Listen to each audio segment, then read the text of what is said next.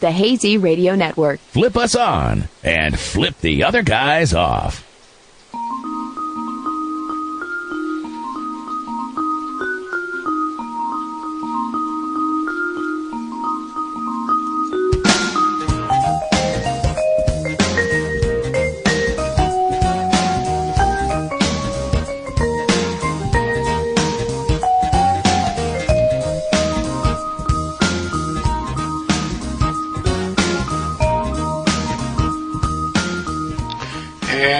Welcome once again to another episode of Cosmic Tuesdays, heard every Monday evening on the Hazy Radio Network. It is Monday, November 23rd, 2015, and I am your host, Anthony Picco, and the sun went into Sagittarius yesterday. That should be a good time because I always like the idea of Sagittarius, which is about openness and new ideas and expanding your consciousness, expanding your education, expanding the concept of justice and philosophy, and opening us up and taking everything to a whole nother level. And for those of you following, we're going to have the full moon. It's going to happen in Gemini on Wednesday around 6 o'clock in the evening, Eastern Standard Time, so you can adjust accordingly. The show, as always, is very dedicated to approaching and discovering and sharing different points of view in the metaphysical world, find out new ways to cope, new ways to deal with old mystical traditions that have been modernized, anything that can help us work our way through stuff. And I'm not just presenting these things to you because I am as curious, and quite often I'm learning as much as you are when you're listening. So I'm definitely looking forward to tonight's guest. Tonight's guest is, I've spoken to him before on a different radio show, and tonight he is back. His name is Daniel Teague. In particular, we're going to start with a discussion of him as a walk-in.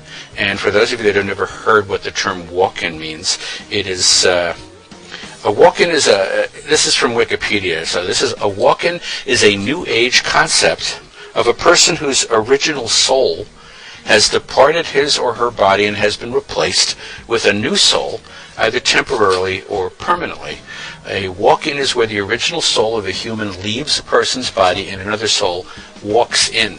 Soul walk-ins, usually during an accident or trauma where the person is either unconscious, and when they wake up again or when they come out of a coma, they have changed in some way, and as a result, the person has sort of almost a new life. Some people believe that the concept's been around for a while. It's not something. The term walk-in is relatively recent, and but among men, it's only one of the things about Daniel that's interesting. By the way, if you want to find out more about Daniel, www.Vega Star Healings, VEGA starhealings.com.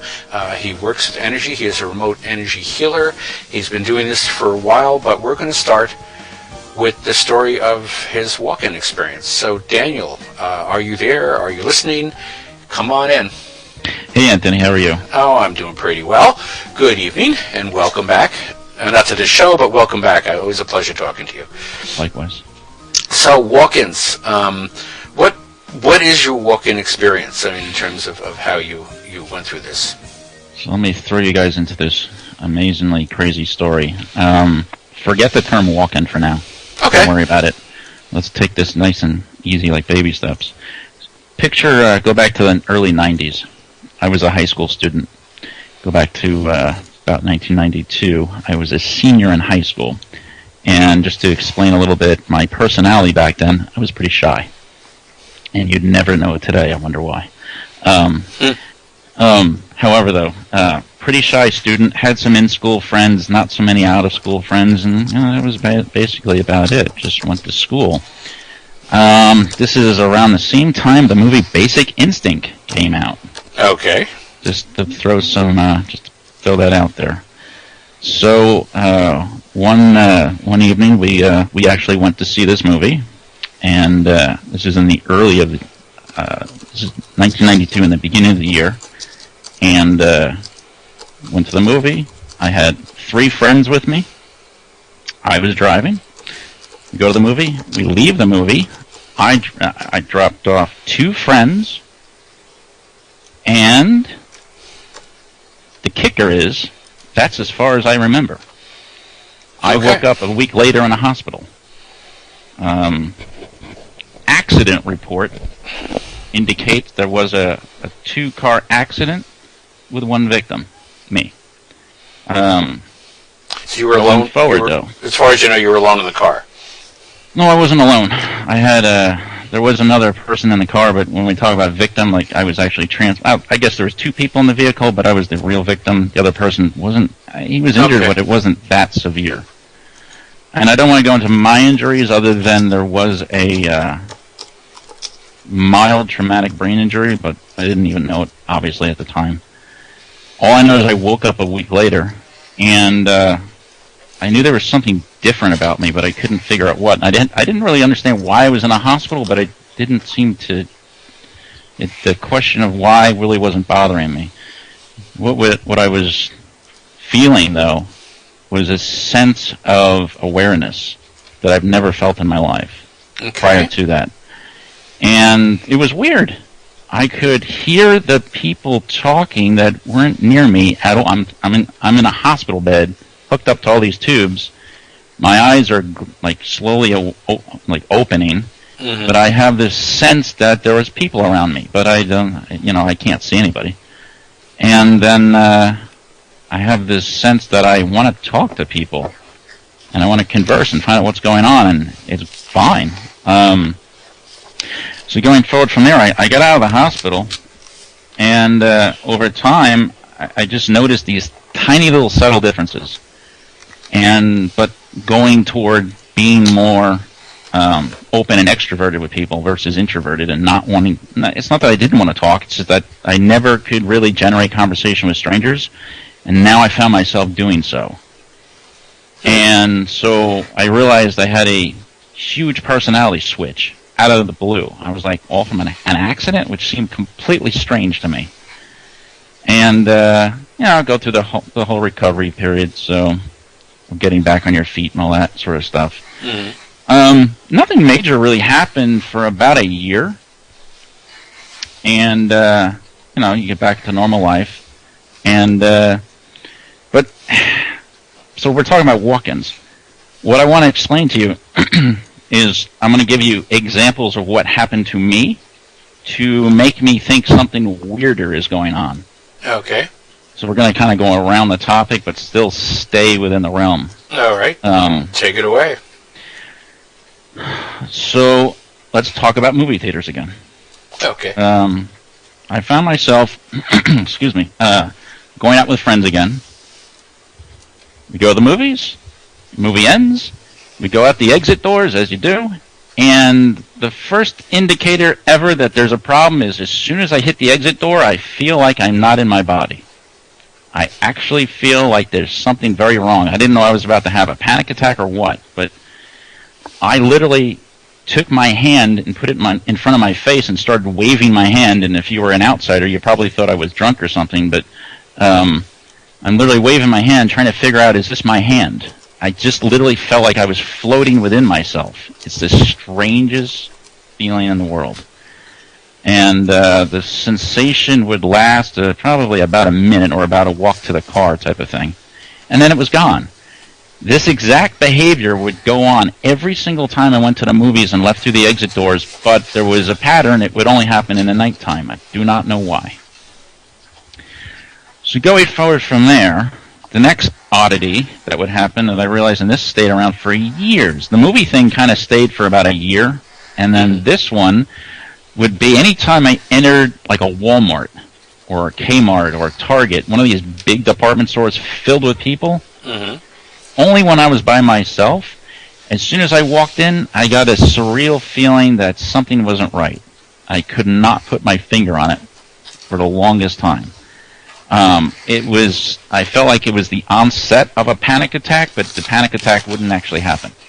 It would just be something surreal like that, and I could never put my finger on it. The third thing that's a big whopper here, growing up, and I think we talked about this in the past, but growing up, I was huge into aviation. I was into. My parents had gotten me into flying planes when I was a kid. Starting at age 13. We talked about this, but go ahead. I would fly for years. I wasn't even interested in a syllabus. I just absolutely loved to fly. When I was 16, they checked me off, and I could take a plane up by myself and fly around. And I was setting myself up for an aviation career, essentially. Mm-hmm. And I honestly felt like every time I flew an airplane, there was a mission, there was a point, a purpose. It wasn't just goofing off up there. And everybody that was down at this airport knew who I was, and I was very, you could say, embedded in the aviation community. And the accident happens. I get back on my feet. I say, hey, let's go fly a plane today. I told the people what had happened to me. They took me up. They checked me off. They said, okay, you're cleared to solo again. I take an airplane up, and something's wrong. And this felt surreal again. It wasn't that it was a safety factor. I just felt like I'm not supposed to be in a plane. And now it's contradicting this huge hobby I've had, this years of training, and I'm like, what the heck is going on here? And I couldn't put my finger on it. So I ended up landing, and I stopped flying because there was something. It was almost like another head, another mind was telling me not to be in the air. And this really threw me because something I never gotten completely over. And those are the three major things. So I mean, we're talking a physical action, a mental, and basically an emotional reaction, and potentially a spiritual thing. Something I was going to bring up as well, I didn't even talk about this one prior with you. Also, I know that I had another instance happen to me. I'll be brief about it. I had a near miss in the air. Okay, how near is it? I had taken an airplane back up after I had this issue with flying the plane. I took another plane up probably a month or two later, and there was an issue in the air, and it was strange to experience. I don't want to go into full details, but there was an incident, and there was another aircraft involved, and I froze, and I thought that was it, but something took over me, and I got myself out of the situation. I've never been able to explain this, and that might be a spiritual interaction. And I just didn't pick up on why. Let's just say I landed, and that was that. I called it a day, and I really didn't ever go back up again. I've been up a few times since, but that's going back 20 years. I mean, that's a long time. So this was one example of how you felt remarkably different after the accident, This is extreme difference. Yeah, totally different. And I want to flash forward more to the present. In 2007, I ended up getting into a group that had hypnotherapists and psychics and all that stuff, and I ended up getting into conversation with them, and I told them everything that I just told you guys. And they told me, that's interesting. I said, what's interesting? They said, you match the identical definition of a walk-in. And I said, huh? What are you talking about? Okay. So this threw me for a loop. And they told me, we don't know how else to be with you, but essentially a walk-in is exactly what you said earlier. One soul leaves, another one walks in. And you've probably been negotiating with it ever since. And it wasn't until they had said this that it clicked and everything started to make sense. So you spent a number of years just completely mystified by what the heck was going on. I was in denial for a very long time. It's not an easy thing. Absolutely not. And I'm leaving out a lot of stuff, but I wanted to give you guys an example of what I went through. Well, I have questions. Obviously, if you come in and you're somewhat different from yourself, I would imagine that must affect relationships you had before this happened. I mean, you're somewhat of a different person. So what happens to your friendships and your family relationships and other things? Nothing really happened right away. It was more of when I realized who I was and what was going on. In like 2007 onward, you mean? Basically. Roughly? Yeah, but okay. Prior to that, there was a lot of pushing away, argumentative things going on in the family. I mean, don't get me wrong. I was just a normal person growing up and trying to deal with this disadvantage or advantage, whatever you want to call it. Mm-hmm. But nothing really got weird up until I was identified as boom boom. And I'm not even saying that's what it is, but this is what they labeled me as. But it's going to be one of those unknown. I can't prove it. All I can do is provide my story and examples, and you can definitely say I'm 100% different. If you go from shy to outgoing in a car accident, there's a problem. Or maybe it's a solution. I don't know. It's consciousness and unconsciousness. There's a whole topic right there, whole discussion. Oh, yeah. I mean, I could do a whole show just on the whole phenomenon you're talking about, but I'm just curious how, I mean, as we talked about this happening to you, where this is taking you. Now, you said in 2007 you met up with this group. And I know you told me in the past it was sort of a paranormal group where you went around investigating homes. Different group. Okay, so let's kind of change topics. So it's all going on the same course, but so in 2007, I had gotten into the paranormal stuff on TV, as we all do. Right. I had this curiosity, but prior to that, I really didn't have any interest in it. I didn't care. I do want to say about my childhood, though, pre-accident, and we're going back into my digits, my single digits.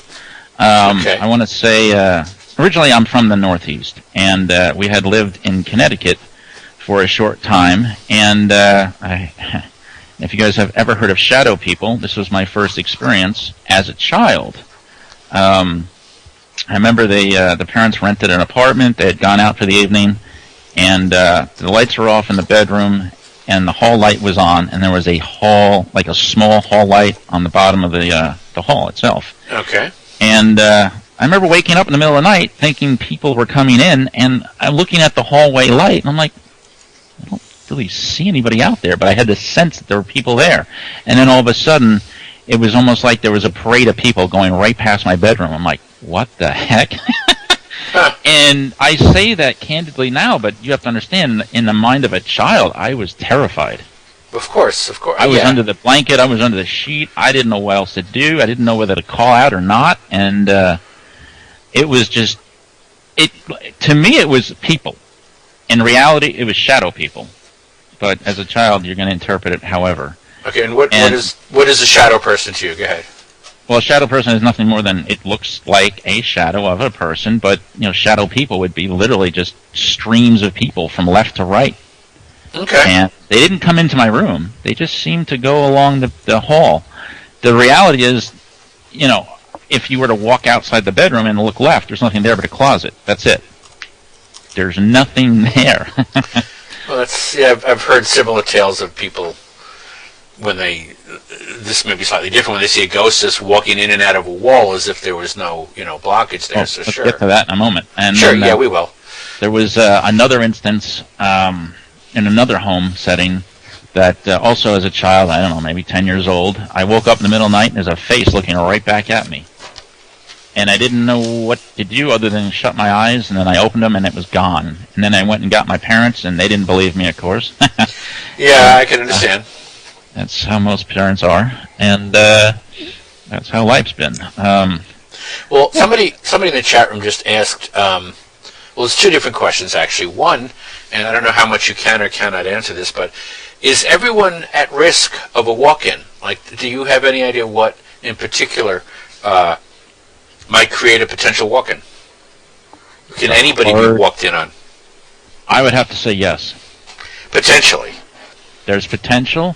I don't know exactly the criteria, because I'm not on the other side. But, okay, sure. I would have to say, like we have talked about, it usually it's an accident. Accident Meaning a car accident or some sort of physical. It's not an accident. Some sort of blunt traumatic accident. So if you fall off a building, and you live, I guess it could happen that way. I mean, it has to be, in my opinion, for me at least, it's blunt trauma, that sort of an accident. A period of unconsciousness. And I don't mean surgery, because I know you go offline for that too, but this is different. That's controlled. This is uncontrolled. And so when this happens, have you have you met other people who have identified themselves as walk-ins too? I mean, you're with a group that told you sounded like a walk-in. Have you met other people who have said, "Hey, I'm a walk-in too"? Actually, I haven't met that many. But you have met a few. This is the other weird part. I've met one other person in all my travels. This isn't something people just put their hand up and say, because I'm different. I mean, I'm outgoing, and I'll talk about this all day long with people, complete strangers, and I have confidence, and no big deal to me. But I've met other people, and one person had announced that they were a walk-in, and this was a woman, and honestly, it seemed to be very depressed. Very depressed. And it started ever since her accident. She had a car accident and had a very similar incident with me that I had, and her life went completely the opposite direction, downhill, versus I climbed up, and here we are. But what was the other question that the...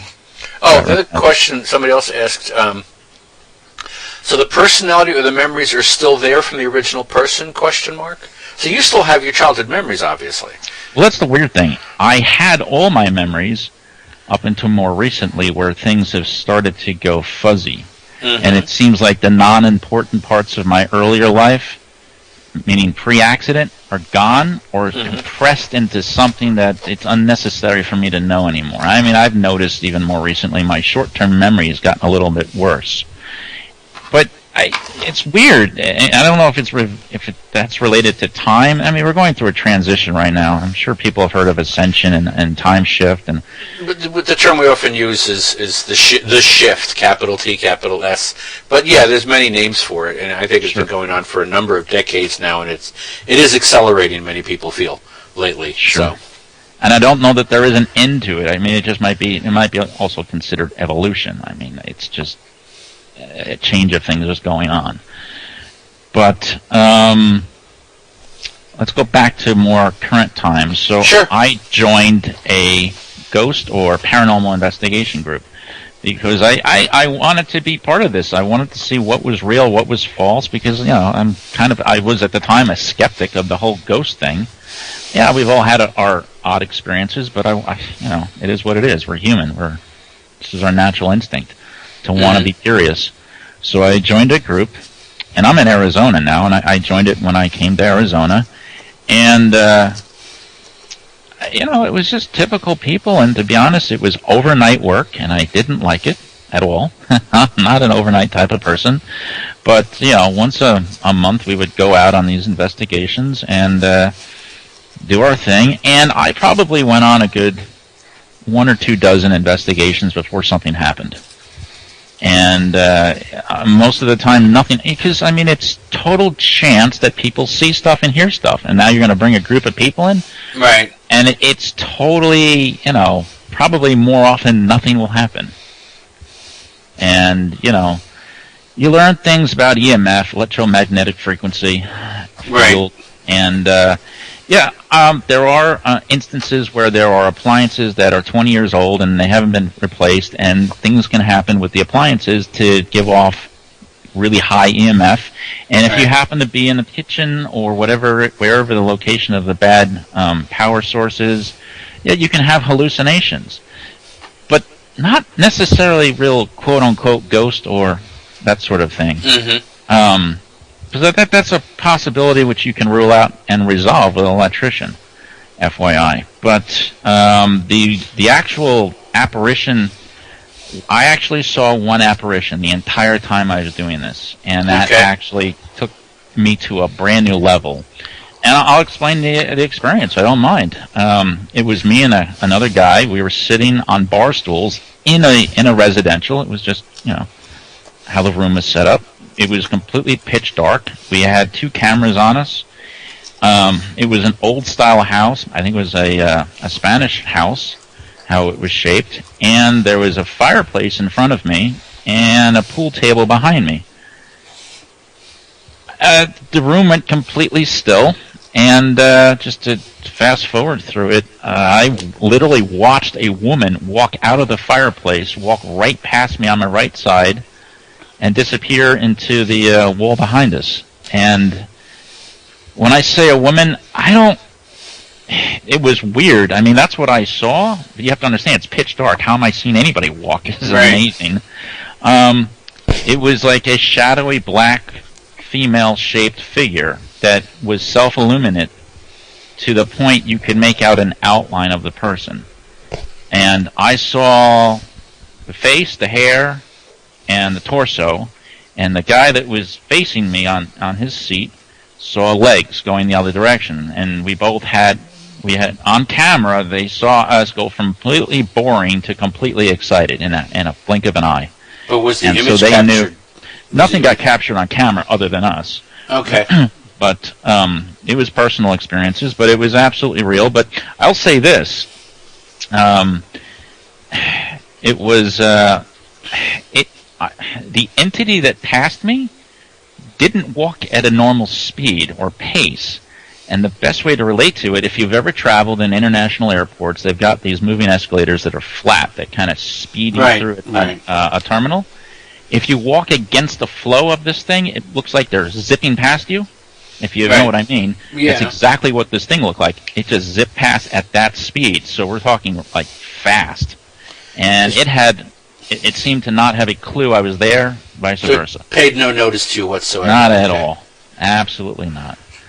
And so that was my experience. And then I knew that everything's real. Everything is real. Everything I'd heard is real. Not a lot of it's going to be caught on camera. This stuff is very tricky to catch. Mm-hmm. And I'm skeptical about a lot of things that they say is real that's caught. I'm very skeptical about it. But other than that, that was my experience, and I moved past that. And then it led me through years of training to find out who I am. And then here we are today. Okay, just two quick, well, they may not be quick to answer, but we're almost at 10 o'clock. But so two more questions about the walk-in experience. One is, so would you say the walk-in experience is progression, not 100% instant? Like it wasn't like click, suddenly you were different, or do you feel it was a progression? That's a rough one. It's yes and no. Okay, that's fair enough. It was 100%. It was almost like I put on a new suit, but then it took years to stretch it out, break it in, get used to it. Does that make sense? Almost like shoes. No, I can follow. I'm sure it makes sense. Yeah, no, and well, you have to understand too, I had nobody to coach me through it. I was completely in the dark on my own, so whatever was going to happen, happened. And I couldn't tell anybody about it because I would have been ridiculed as crazy. So no, that's understandable. Go ahead. Back in the 90s, people, it is what it is. And it still is not great today. If you had told this to a psychiatrist or something, they might have thought you were completely nuts. Having multiple personalities or something. Well, that's something else, actually. The other question, which adds this, and then we'll go to break. Someone asked, do you feel like a different person or the same person changed? 100% different. I will say this. Your physical attributes of your face, I believe, will change based on your personality. Okay. And I look night and day difference between high school and now. And, if that helps at all. Yeah, it's a total 100% change. Okay. That would make some sense. It is 10 o'clock. We have a couple of station IDs and a news broadcast, and we will be back in 6 minutes and 3 seconds and continue to talk to Daniel about walk-in and all the extenuating things that started happening as a result. We'll be back in 6 minutes. Talk to you soon. This weekend, unplug. Getting closer to nature can get you closer to your family. To find the forest nearest you, go to discovertheforest.org. Brought to you by the U.S. Forest Service and the Ad Council. From NPR News in Washington, I'm Jack Speer.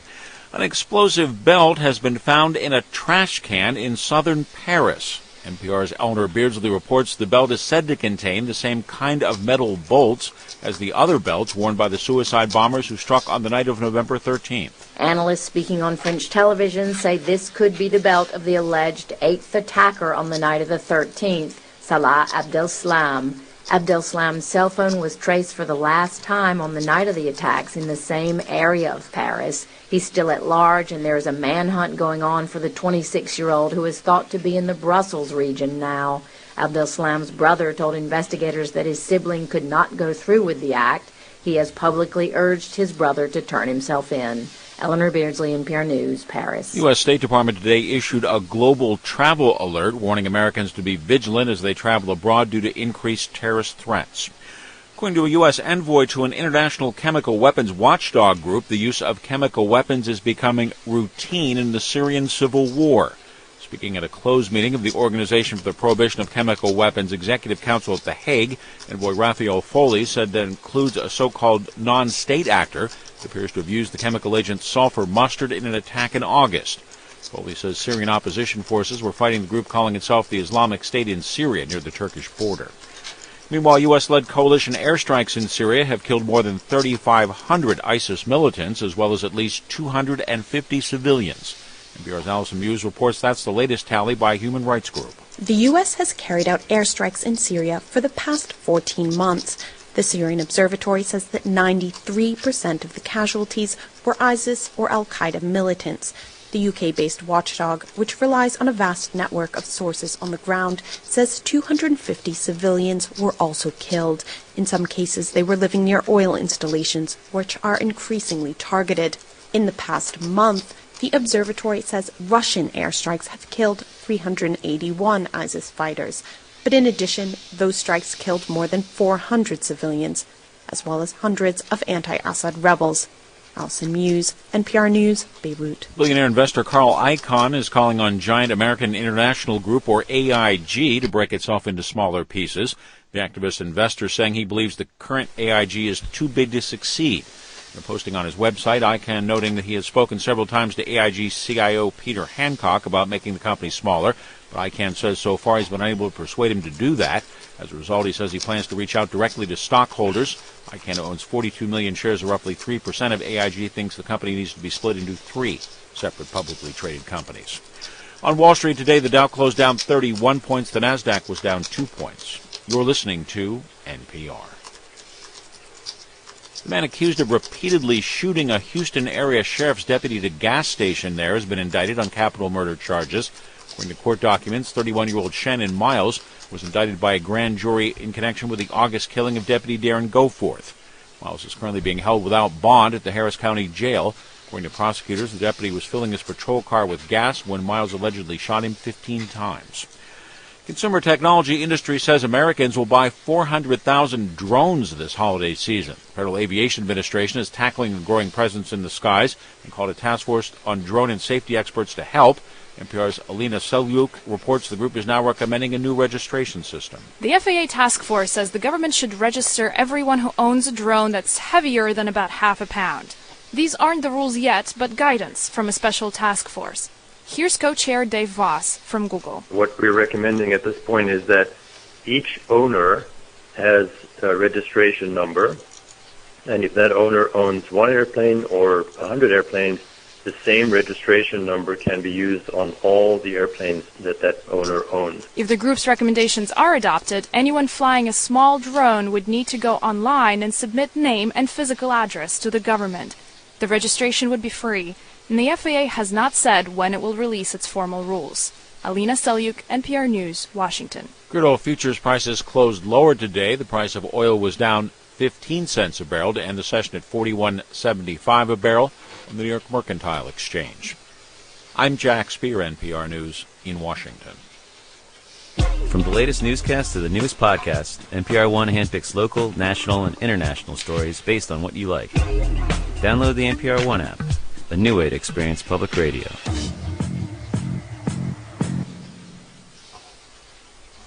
Hazy Radio Network.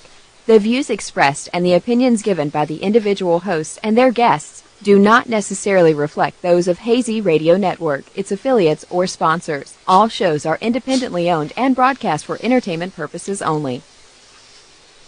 Ranger Station. Yeah, hi. I'd like to report a bear sighting in the forest. 1 second, I'm having a smoke. Next thing I know, I'm face-to-face with Smokey Bear. Wow. And he told me it only takes one spark to start a wildfire. Did you know 9 out of 10 wildfires are caused by humans? I had no idea. That's why Smokey's famous and you're not. If you see someone in danger of starting a wildfire, step in and make a difference. Brought to you by the U.S. Forest Service, your state forester, and the Ad Council. Learn more at SmokeyBear.com. Only you can prevent wildfires. The Hazy Radio Network. Flip us on and flip the other guys off. This week. And we are back with Daniel Teague and with Cosmic Tuesdays on the Hazy Radio Network. I want to mention next Monday we will not be on the air because it is the Monday after Thanksgiving and I'll be recovering from holidays and food and family. But the following week, December 7th, we'll be having Mark Woltz on, W-O-L-Z. He is an astrologer. He is a yoga instructor, and he is going to discuss chakras and yoga and astrology together. But tonight we are dealing with, among many things, the multi-talented and gifted Daniel Teague, who is primarily known as a remote energy healer, but we're right now still getting into how he's led himself into all the things he does now. Daniel, you there? I am, sir. Okay, so we left you checking out ghosts and energy, and did that bring you... I know you do home clearings now. Is that part of... I mean, energy, ghosts, home clearing, how does that all work together? Yeah, I know. Well, it's not that easy to explain. It's not a 1, 2, 3. I understand. Just to briefly go back over everything, I got into energy work based on a dream, and the dream showed me doing energy work, and to prove it, I went to a Reiki share, and I actually did exactly what I saw in the dream. And honestly, it comes down to intention. Intention is key to everything. And I wouldn't focus so much on, do I have energy, do I not have energy? See what works for you. All I can say is try everything you can imagine, even if it sounds ludicrous. Try it. Get a friend or get a stranger. You want honesty from the other person because you'll not know if you're doing it right or wrong. And I basically I tried to do healings in the sense that I want a lot of people that I just met had pain, arthritis, and I wanted to know can my ability work on them? Yes, it can. How long things last? Well, that's trial and error. You have to see how long your abilities will work for on a person. And then going forward from there, it's like everything else. So if you've ever had a chakra balance from a psychic, or if you did a meditation, well, try it as a healer with intention and see what amazing things happen. You won't know if you're a healer unless you try. You actually have to get out of your shell and try. And going back to prior to the accident, there's no way in the world I would ever do this stuff back then. Absolutely not. It was completely outside the box for me. Now I just live outside the box. I don't go back in. You've mentioned since this has happened to you, you don't seem to get what I guess we'd call common illnesses. You don't get colds. You don't get flus. Is that? It's weird. I have not been sick since the accident. Prior to the accident. When I say sick, I mean everybody gets the flu every year. Everybody gets a cold. Some people get bronchitis, pneumonia. I haven't gotten any of that since before my accident. And I live with somebody who gets that stuff and breathes on me, coughs on me. I don't get sick. I just don't. I don't know why. I don't know if that has to do with the walk-in itself. I don't know if that's because of the energy. And I did notice something most of my life. I think it because since of the accident, my body feels like it runs hotter than other people's. Like everybody runs at 98.6. Their engine stays pretty much at that temperature. My temperature doesn't vary much, but how do I feel? Forget the thermometer. How do I feel? I feel hotter more of the time than not. And what I realized, it's not that I'm physically emitting heat. That's etheric energy. I just didn't know what to call it back then. And that might have something to do with this. And I realize when I'm around a sick person, my body feels hot.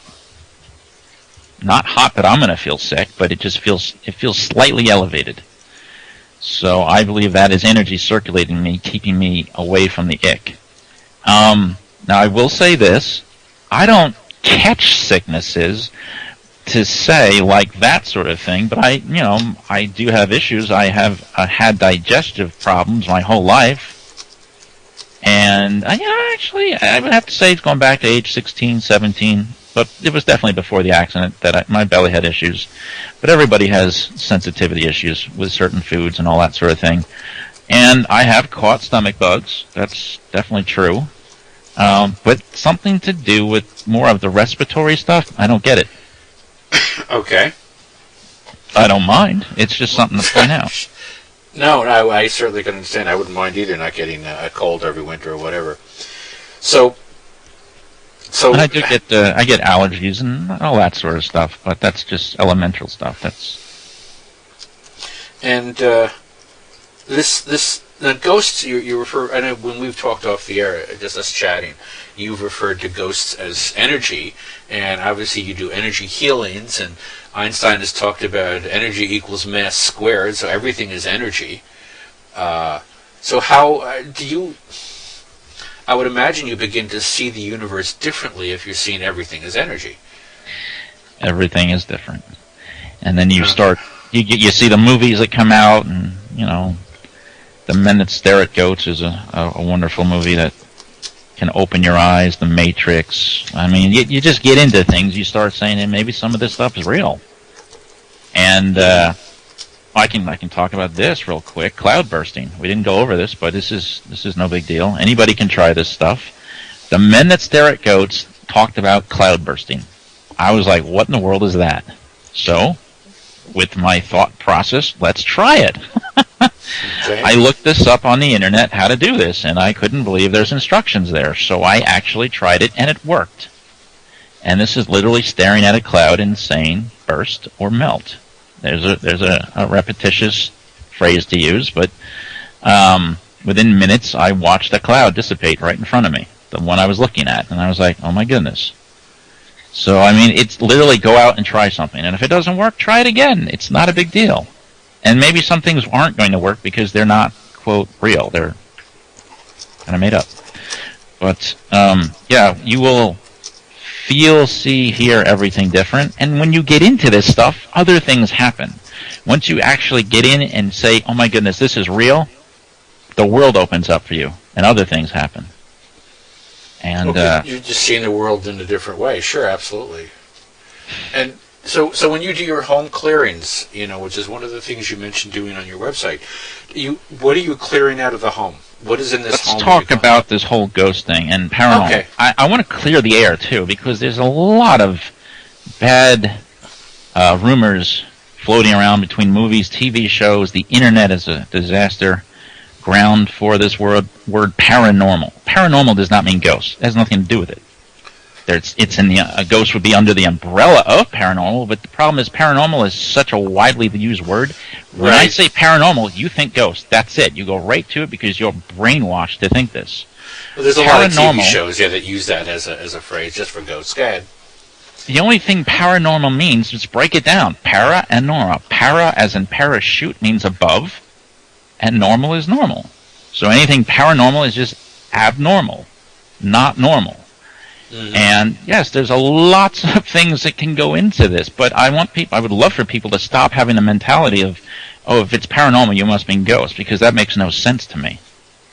No, and paranormal can include anything that is outside the realm of, and I'm going to use this word very carefully, what we accept as normal, because paranormal, in my experience, most of what I've run across as paranormal is actually pretty normal. We just haven't accepted it.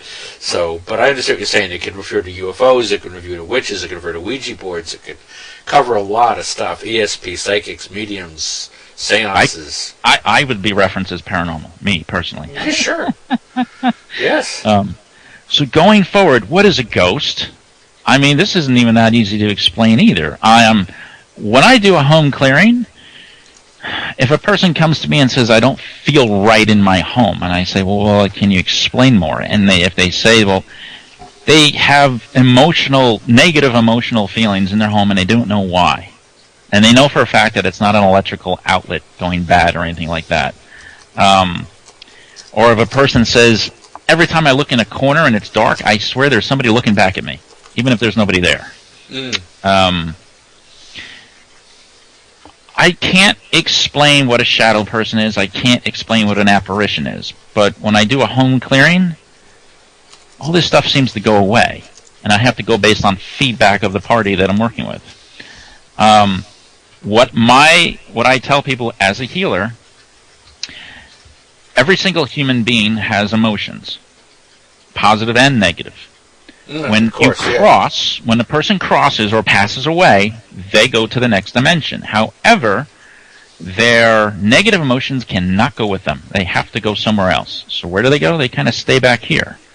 Now I'm going to bring up law of attraction. Like attracts like, positive or negative.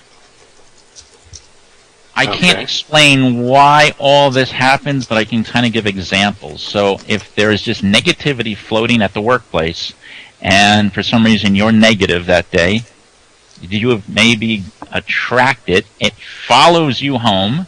You maybe have an object that has negative energy on it at home, and there you go. Again, law of attraction. For some reason, it will continue to build and attract. When I can actually scan a house from a distance and let a person know how many entities are there.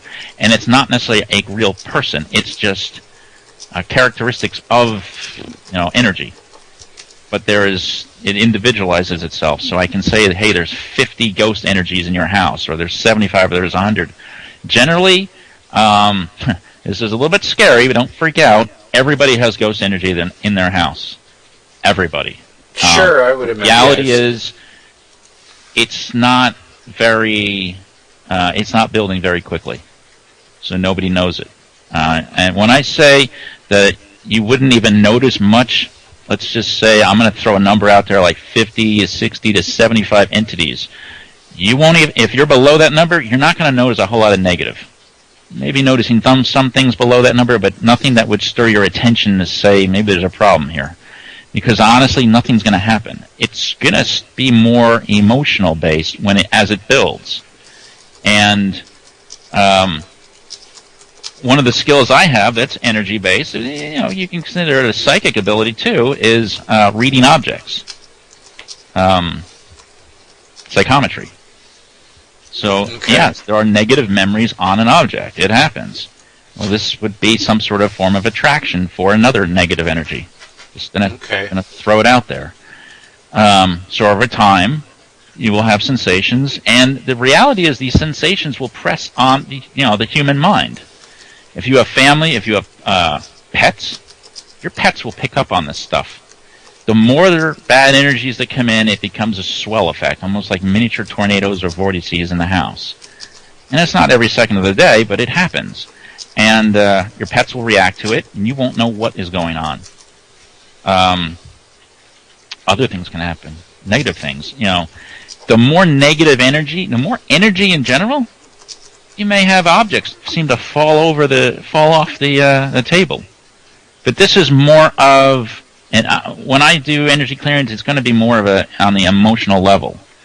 I'll be able to identify the entity and basically run energy to the home with intention.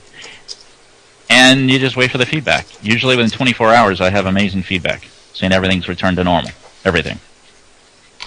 So somebody in the chat room is asking, if you cleanse a house, can you clear all entities or just the ones that make themselves known? I can clear all negative entities. Okay, all negative entities.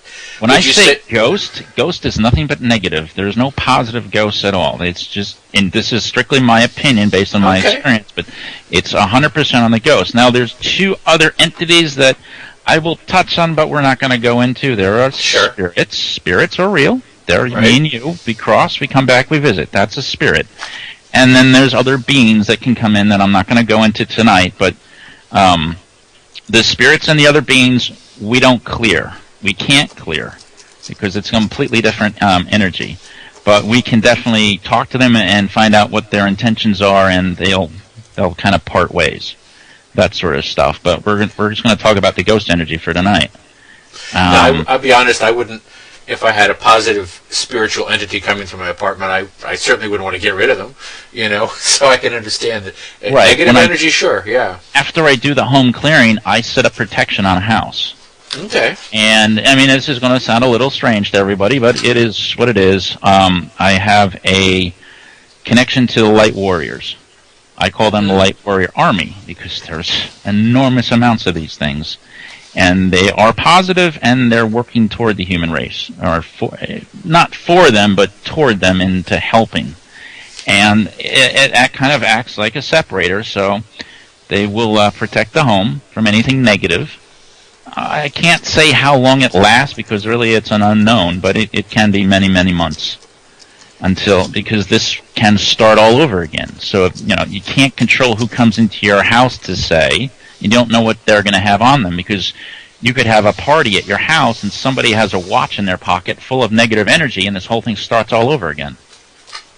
So that's kind of how that happens. Okay. Makes a certain amount of sense. It's hard to get your head wrapped around it. Well, it's I guess what it really helps is when we I don't know if strip it all down is the right word here, but when you really define that everything is a form of energy, then energy entities, whether negative or positive or whatever, would make sense. You're seeing everything is kind of a form of the same thing. So that makes perfect sense to me. Now, I know you've done you do a lot of remote energy healing, as they say, and I wanted to get into something briefly. We have about 7 minutes for our next break. You did something for me about 2 weeks ago, and I know I'll mention to the audience, we did this because Daniel wanted to do something for me so I could have some sort of personal experience with this. And it's what Daniel does is something he's been started doing recently called cord cuttings, C-O-R-D cuttings, like plant cuttings. And do you want to explain what it is a little bit, and I'll explain my personal experience with what you did for me? Cord cuttings is it's nothing new. I mean, it's been around forever. Most people cut their own cords, but then I have to question that because I was taught years ago how to cut my cords, and I did it, but it didn't really do anything for me. And then when I did it with energy, night and day difference. Absolutely astounding difference. Okay, so what's a cord? Well, let's talk about bad people for a second. And when I say bad people, negative personalities and negative behavior problem people. So what does that mean? Okay, really easy. You're jealous types, man or woman. If you're in a relationship with somebody and they're the jealous type, you're going to know it within a matter of time. And guess what? That person can actually hook a subconscious cord to you. And I've actually renamed this thing parasite cord cutting because that's my opinion of this. I mean, people used to call this energy vampire type of thing, but I'm changing the name for myself, and this is more of a parasite cord. Whereas your symptom of a cord would be somebody you have nothing to do with consciously anymore, yet you can't stop thinking of this person, and you don't know why. Or they randomly pop in, but they shouldn't because you want nothing to do with them anymore.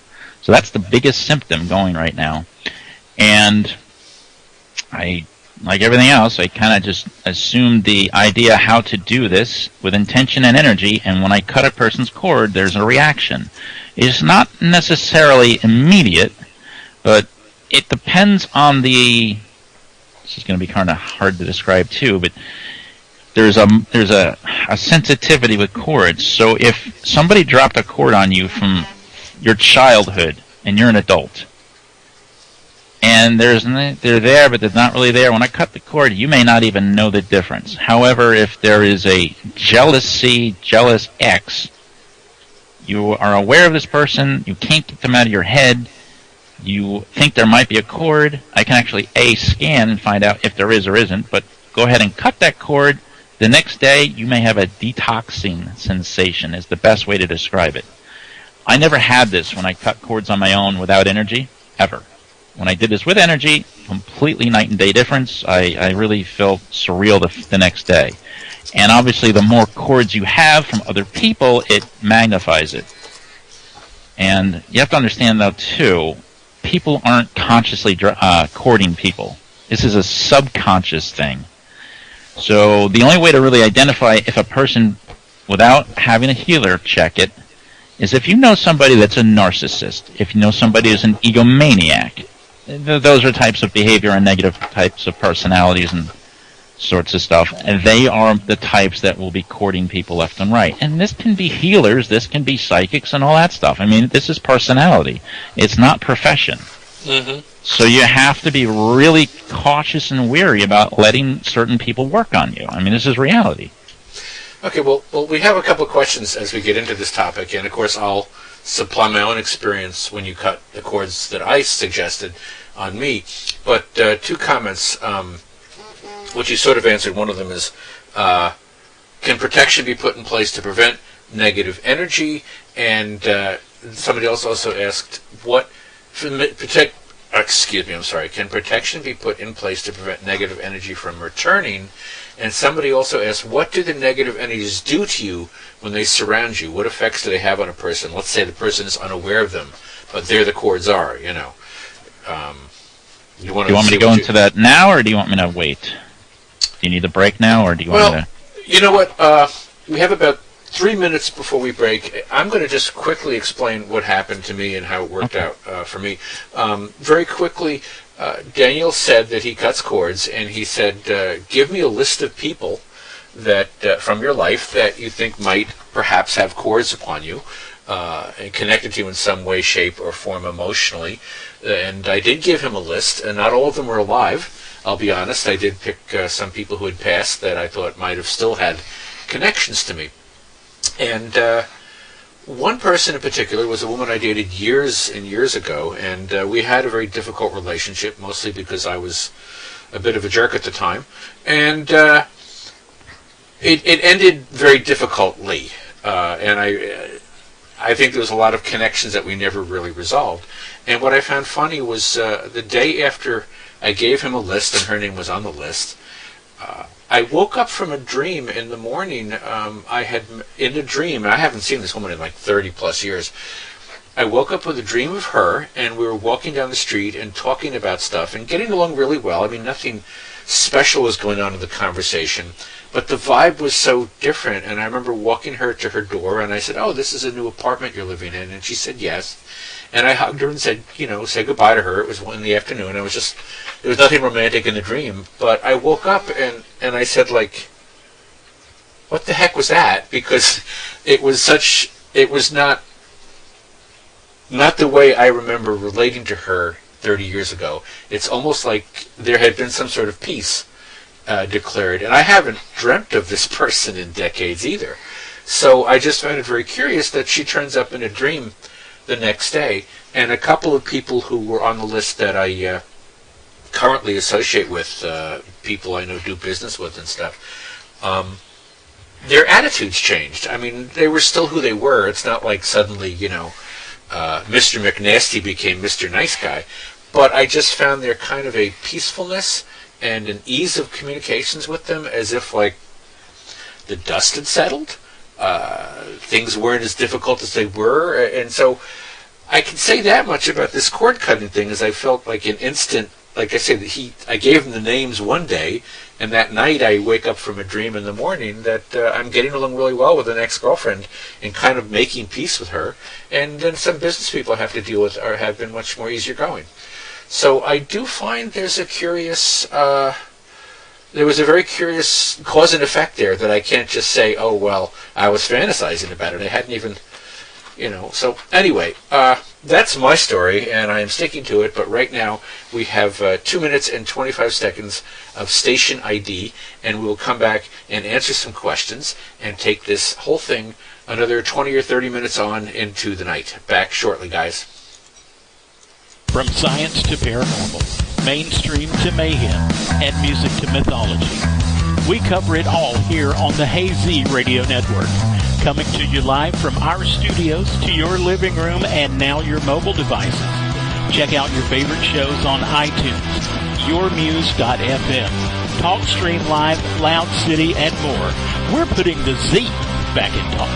The real, the original, the only Hazy Radio Network. Green light. Hey girl, school zone. I'm getting hungry. Car changing lanes. You want to meet me for pizza? Stop sign. Intersection clear. Yeah, street. Pizza sounds good. Ballin' Street? Girlin' Street! It's hard to concentrate on two things at once, like texting and driving. Stop the text, stop the wrecks. How will you stop texting and driving? Tell us at stoptextstopwrecks.org. Brought to you by the National Highway Traffic Safety Administration and the Ad Council. Babies, you gotta just roll with that flow, yeah, right into the great daylight as the sun rises right there in your heart, starting at 7 a.m. Eastern Time and running right into high noon. You've got the Coyote Medicine Show in the mornings with your host, Grandpa Peter Coyote, helping you take flight right into the heart, baby, that's right. You gotta know, you gotta get in the flow. The Coyote Medicine Show, only on the Hazy Radio Network.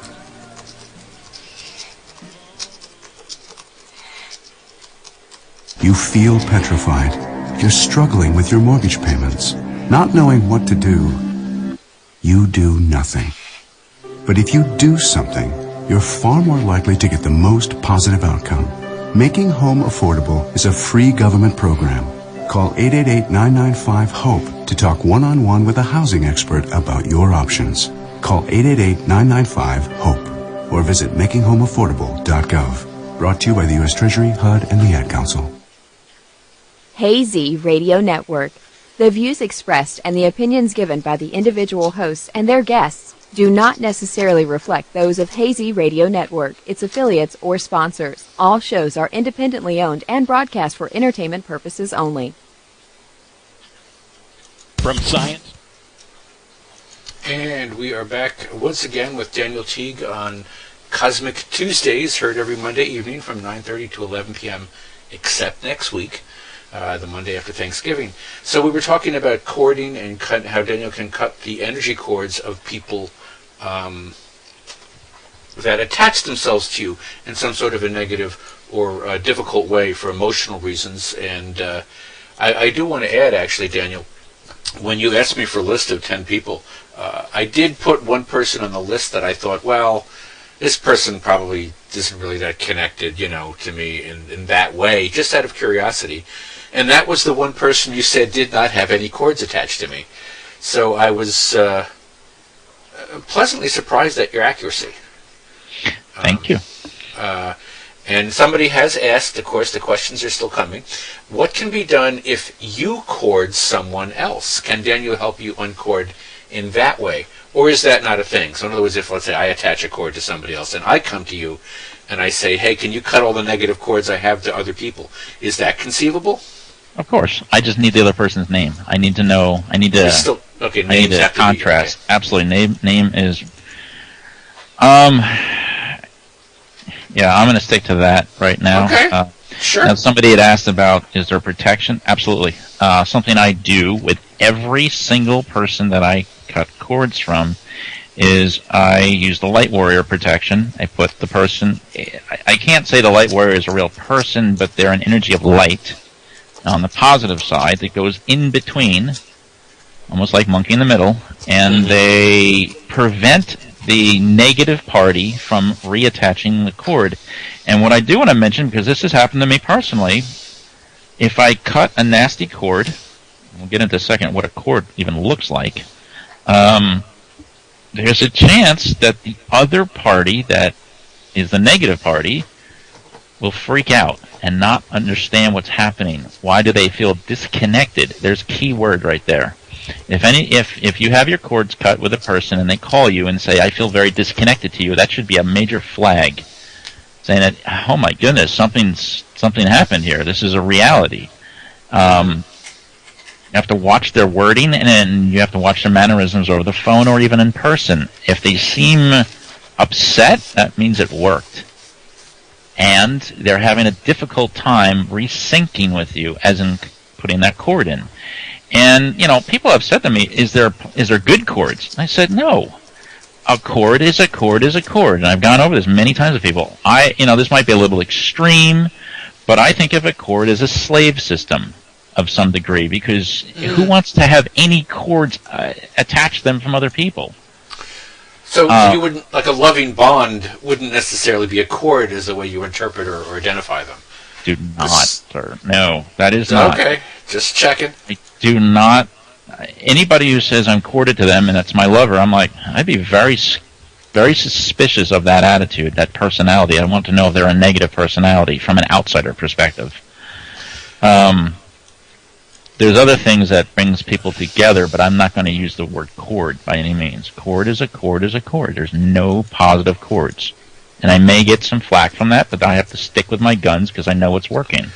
Well, I think as I understand it, as you're saying, is that a cord is almost like I don't know if the word leech is appropriate here, but I'm trying to find a metaphor. It's just something that attaches itself to you, and that's not really a loving... Parasite. Okay, there's the word. You can't have a loving parasite. Well, you could. They probably love being attached to you, but that's not what you want, you know. And this goes deeper, guys. I mean, if you're in a job setting, forget about past lovers. If you're in a job setting and you're competing for a promotion, well, let's say the person you're competing with is not so friendly. And everybody knows who I'm talking about. Mm-hmm. There's a very good chance they've courted you. And they're going to keep you from getting that job or that promotion. Contact me. We'll break the cord, and there's a good chance you'll have a better shot at that job and that promotion. Okay. So there's room for the workplace for this sort of thing. Okay, that's pretty interesting. Now, I know one of the other things that you've done, and again, I can offer some personal experience, not for myself, but you do something called chakra balancing, and I know as again, sort of an experiment. I don't want to use the word test because we weren't trying to prove you right or wrong, but just to see what was happening. You did some chakra balancing for my wife a couple of months ago, and she did mention feeling a bit lighter, a bit more grounded, a bit clearer for a few days afterwards.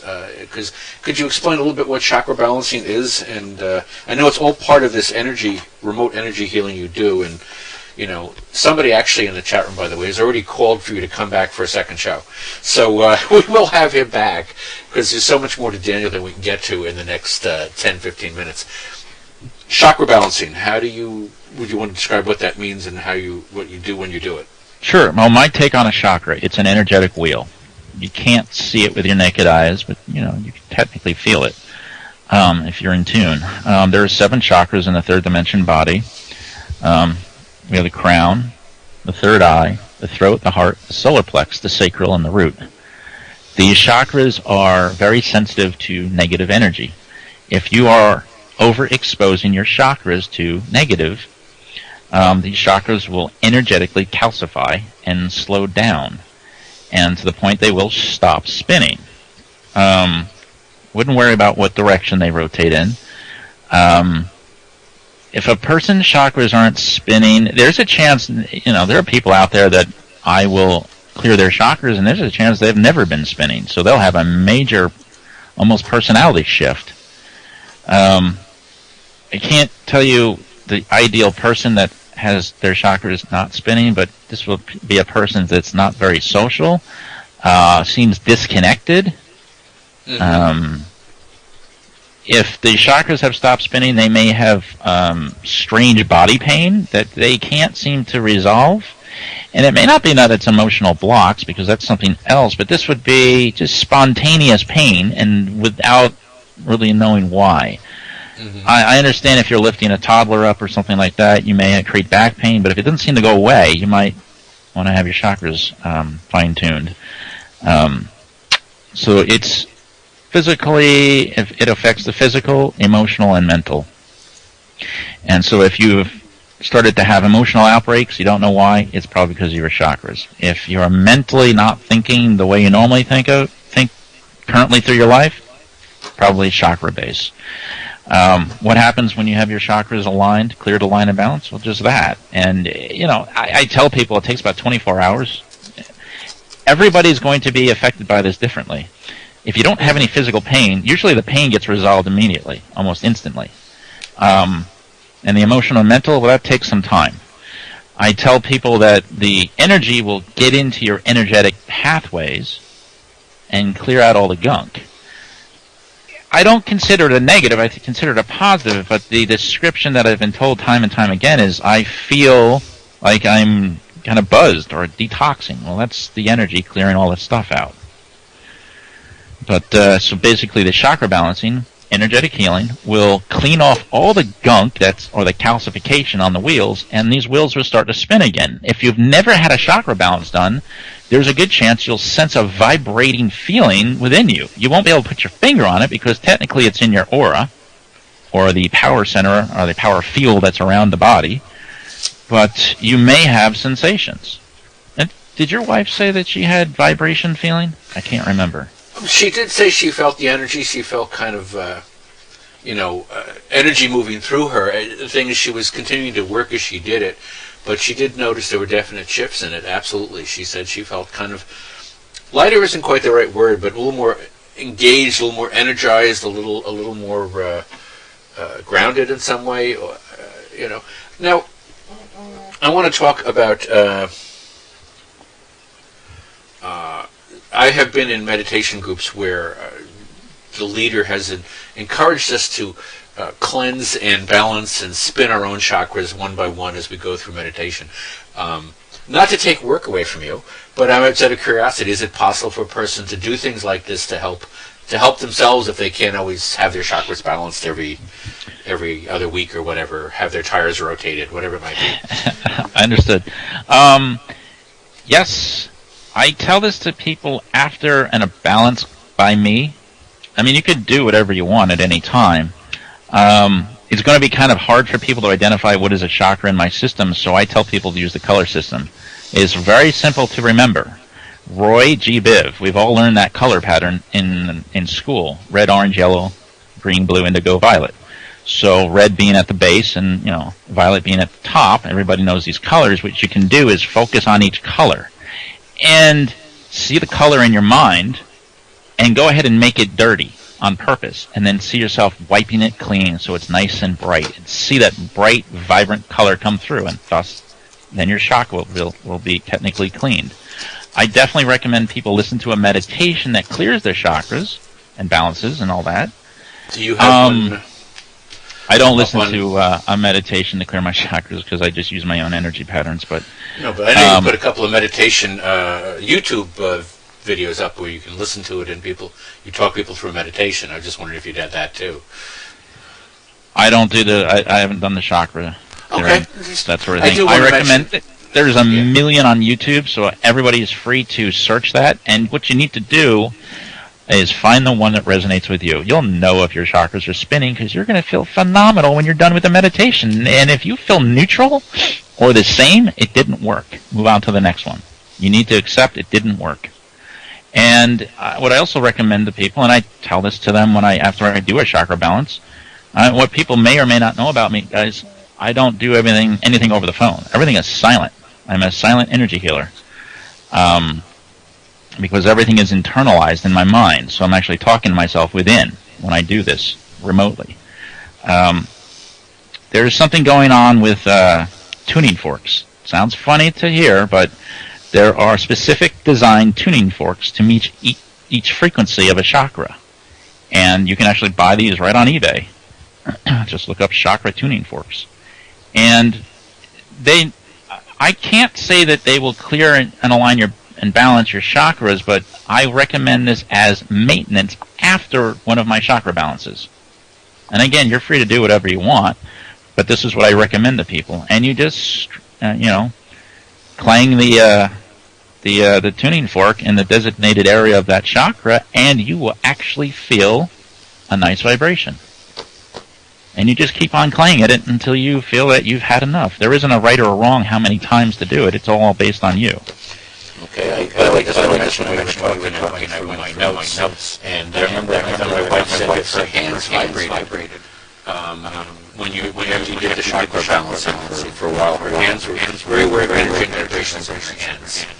Anthony, you're breaking up. Okay, let me try it again. My wife said that after her chakra balancing, I just checked my notes, and she said that her hands were vibrating. You're echoing. Uh-oh. Sometimes that happens. in the sound. All right, you continue talking and wait until this settles down. Go right ahead. What do you want me to go into now? Well, we were talking just energy. What else do you do energy-wise? I mean, you're an empath. You're obviously doing a lot of stuff there. We have about 5 or 10 minutes. I'll be back. My sound will get better. Just keep talking. It's already better. You're done. That's fine. Okay. So let's get into empath. Okay. I learned empathy, empath, empathetic. I learned a long time ago I was an empath, but I didn't have a name for it. I could be at a distance from somebody and tell if they're a nasty person. I could be across a parking lot, look at a person, and be like, "There's something not right with that person," and almost hear them in my head how ugly their attitude is. For some reason, the negative is easy to pick up on. The positive, maybe it's just because I don't know. I don't know why I don't pick up on positives, but the negative stuff is easy to pick up on. So maybe that's acting like a radar system for me to stay away from that person. I remember I used to work in call centers when I was younger, and before I called a person, I could already sense what their attitude was. I couldn't figure that out. I mean, it helped me in the workplace, so I knew how to prepare, but I just never really understood it. I guess that could be considered a psychic ability. But what I also noticed, and this is not good, but the true empath, and that's me, if you actually have contact of some degree with in the physical, as if somebody walks in front of me and they're in a very nasty mood, but they're not showing it, I will catch it like a cold. That is an energetic exchange. And I will actually become a very angry person in a heartbeat and not having any idea why. But now, if this happens, I can recognize it and dismiss it. But back when I was just getting into this stuff, that was quite an experience, and not a friendly one. I know one of the things I've learned in meditation is to can you walk around with a filter on you? Can you sort of find a way to keep yourself distant? I mean, empathy is something Pisces, just falling back in my astrology, I always tell Piscean people that you need to find a sanctum sanctorum, a place where you can pull back from the world and filter, because Pisces are the natural empaths of the zodiac, and you feel everybody else's feelings, and it can be overwhelming, of course. Mm-hmm. So is there some way that you can find a way to filter or protect yourself so that you only need to open up that particular skill when it's called for in healing, in energy healing? I don't know the answer to that question. I really don't shield that because I let it do its thing, because I think it points out a radar to me. And I haven't had that instance happen other than, I shield every day with my own protection. But for empathy, I don't know. I think you have to kind of let it run its course. But it should point out things to you like, hey, the reality is this person's bad, stay away. Mm. Yeah, that's understandable. So I just want to mention again, we still have some time left, but I always want to mention Vega, Vega, Star, STAR, healings.com is where you can contact Daniel. There's so many things we haven't talked about. He does chakra balancing, cord cutting, home clearing. You do work with animals, I understand. You do integrated energy healing, which is even more involved. Again, some of the stuff, we'll just have to have him back on and talk more with him about this stuff, because so much of what you do is... Do you mind if I mention IET real quick? Go right ahead. IET, Integrated Energy Therapy. I just want to make everybody know this is the only energy healing I was professionally trained in. Out there, like some people get trained in Reiki, I got trained in integrated energy therapy, and it resonated with me. And what this is a technique that is for people specifically that have had emotional trauma in their life. And, some of this stuff is extremely ugly, child abuse and rape and crime activity against them, and they've never gotten over it. And even talk therapy doesn't resolve it. And over time, the mental projection that a person has because of the incident turns into an emotional block. But what does that mean? Okay, well, the emotional block over time that is actually sitting in your aura will manifest and turn into a physical or a mental issue. And specifically targeting chronic pain. This can be PTSD type symptoms and or including your typical medical mystery. Anyone who has digestion and bowel problems, man or woman, can't get any resolve for it. It's always going on. Has seen lots of doctors and kind of tired of the doctor route. Integrated energy therapy might be your next resort. I've had amazing success. Everybody's going to vary in their point of success because not everything is based on emotional blocks. But what IET does is release the emotional blocks very quickly. I've gotten mine fine-tuned, my skill down to 3 healings, and your blocks are released. Okay. And I can't speak for other healers, but all I can do is speak for my abilities. Everything is remote. Everything is non-invasive. IET is a mild healing. It is not so much an immediate sensation like a chakra balance or a cord cutting, because this is much more milder. And, it's still intention-based, so it works great through a remote service.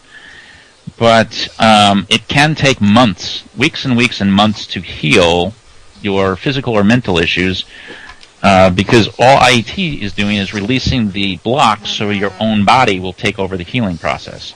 So it's actually up to your repair system to take over once I'm done. So that's where the length of time comes in. But, I've heard of amazing things happen within a couple of weeks to a couple of months. But it's all based on everybody's own internal system if this is something they want to pursue. I do free consultations over email or by phone, so if you're curious, please reach out and contact me. Yes, and sometimes if there are financial issues, Daniel will, as he has said to me, adjust his prices if needs be, if the situation is urgent and things are called for. One last thing I want to mention, we still have a few minutes left, but before our musical end. But you had mentioned you wanted to talk about a UFO conference coming in February? I am going to be working a vendor booth at the UFO Conference Congress, which is ufocongress.com. It's in the Fountain Hills, Scottsdale area in Arizona. I believe it's February 17th. Runs for about a week. And I will, I'll be working there every day. So please come out. I will be mainly doing chakra balancing, but I will give room for some opportunity to discuss other healings. But chakra balancing takes the least amount of time and has a major effect immediately. Okay. So I'm trying to think. This is something. We have a couple of minutes left before we go to our musical exit. So everything is energy. Somebody asked specifically more in a world way than a personal way. Do you notice more negative or more positive in the air these days? I know. Shift. Yeah. I feel like the negative is coming out full throttle, but that's fine because the faster it comes out, the faster it goes away. Yeah, there's some sort of vibration through the earth, through Gaia, and it seems like there's a shaking effect going on, and it's bringing things to the surface much faster. But like I said, as it comes up, it's going to get thrown out. So all the negativity is going to get pushed over, and I won't really go into it, but the 5th dimension is coming. And it's almost merging over the 3rd dimension as we speak. Okay. But we have to get rid of all this negative ick before anything positive, really positive, comes in. But, I'm here to help bring forth all this stuff. So, and, the way we do this is one person at a time. And I'm hoping to meet other energy healers like myself that, we can all say what we're doing to help humanity. Yeah, and honestly, it sounds, based on stuff you've said and the way I'm almost saying you ought to find a network of more people because you're doing this stuff and in many ways, in certain areas, you're sort of feeling your way through it. And I think it would be good to hook up with some people that might have had some experience already doing this, and you guys can compare notes and find out what to expect or not to expect, at least in other people's experiences, because you got a lot on your hands. It's this ability. These abilities are obviously a lot to handle, and I know you. Yeah, go ahead. I was going to say I can't do this on my own. I need help.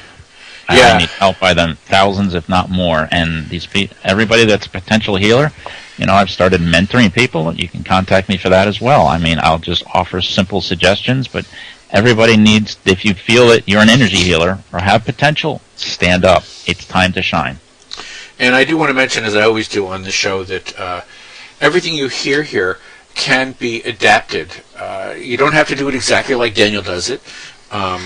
There's all kinds of energy healing, whether it's Reiki energy healing or it's emotional freedom technique or sacrocranial therapy, which somebody I had a long discussion with about. So understand that everything you come up with, you can adapt it. And as Daniel said, just start trying it. Just start seeing what you can do and see what happens. Because hey, Anthony, real quick, I just want to say also a shout out to a friend in New York. Alex, you know who you are. Artists, the people that do carving and sculpting and painting, you guys are all potential energy healers. It's amazing what you do, and you can help everybody in their individual homes as well. So energy healers do come in multiple forms. Well, yeah, I would even go so far to say that in astrology, Neptune is a planet that rules intuition and spirituality, but it also rules creativity. You'll see a strong Neptune in musicians' charts, artists' charts, writers' charts, and spiritual charts. So yes, you're absolutely right. It's just a different variation of the same thing, and people who create art are doing, in their own way, forms of energy healing and connecting people to bigger things. So we're just about, last couple minutes, I'd like to leave a little bit of music. Daniel, thank you again very much for taking the time to hang out with us tonight, and we will have you back in a couple of months because obviously there's questions still hanging in the air for some people. And you can find him at vegastarhealings.com. And I want to mention the music I play as an intro to the show and as an outro to the show is all by Mike Freeman, who is a jazz vibraphonist, and you can find his music at jazzvibe.com. And just before we start a little bit of musical outro, just say goodnight, Daniel. Thank you for having me on. Thanks, guys. I'll be talking to you soon anyway, off the air. So have a good night, everybody. See you in 2 weeks with Mark Waltz. Next week will be a repeat because it's just after Thanksgiving and I'll be all bloated with turkey. Later on, guys.